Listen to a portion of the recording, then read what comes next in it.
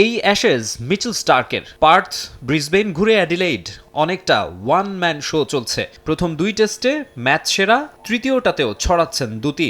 সিরিজের দ্বিতীয় 50 করে স্টার্ক বুঝিয়ে দেন প্রয়োজনে পারেন ব্যাটিংটাও। ৮ উইকেটে ৩২৬ রান নিয়ে দ্বিতীয় দিনে ব্যাটিংয়ে নেমেছিল অস্ট্রেলিয়া। স্টার্কের ৫৪ রানের সুবাদে শেষ পর্যন্ত নিজেদের প্রথম ইনিংসে ৩৭১ রানে থামে অজিরা। আগের ২ ম্যাচে হতাশ করা ইংল্যান্ড তারকা জফরা আর্চার ফিরেছেন ছন্দে, তুলে নিয়েছেন ৫ উইকেট।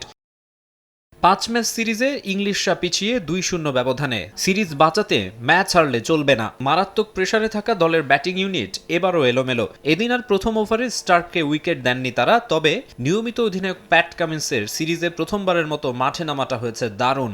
একাদশে ফিরে নাথান লায়নও দুর্দান্ত। এই দুজনের নৈপুণ্যে দলীয় ৭১ রানে প্যাভিলিয়নে ফেরেন সফররতদের ৪ batsman Zak Crawley, Ben Duckett, Ollie Pope আর জো রুট।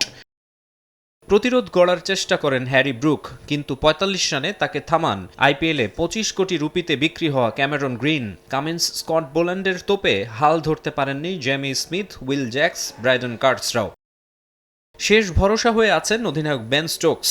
কোচ ব্রেন্ডন ম্যাককালামের সঙ্গে জুটি বেঁধে বায়াস বলের প্রবর্তনে ভূমিকা রাখা থ্রিল্যান্স ক্যাপ্টেন সিরিজ হার এড়াতে মরিয়া। উইকেটে মাটি কামড়ে পড়ে আছেন। সহজাত আগ্রাসী ব্যাটিং ছেড়ে অপরাজিত আছেন ১৫১ বলে ৪৫ রানে। ৩০ রান নিয়ে তাকে সঙ্গ দিচ্ছেন আর্চার। কামিন্স ৩টি এবং লায়ন ও বোল্যান্ড নিয়েছেন ২টি করে উইকেট।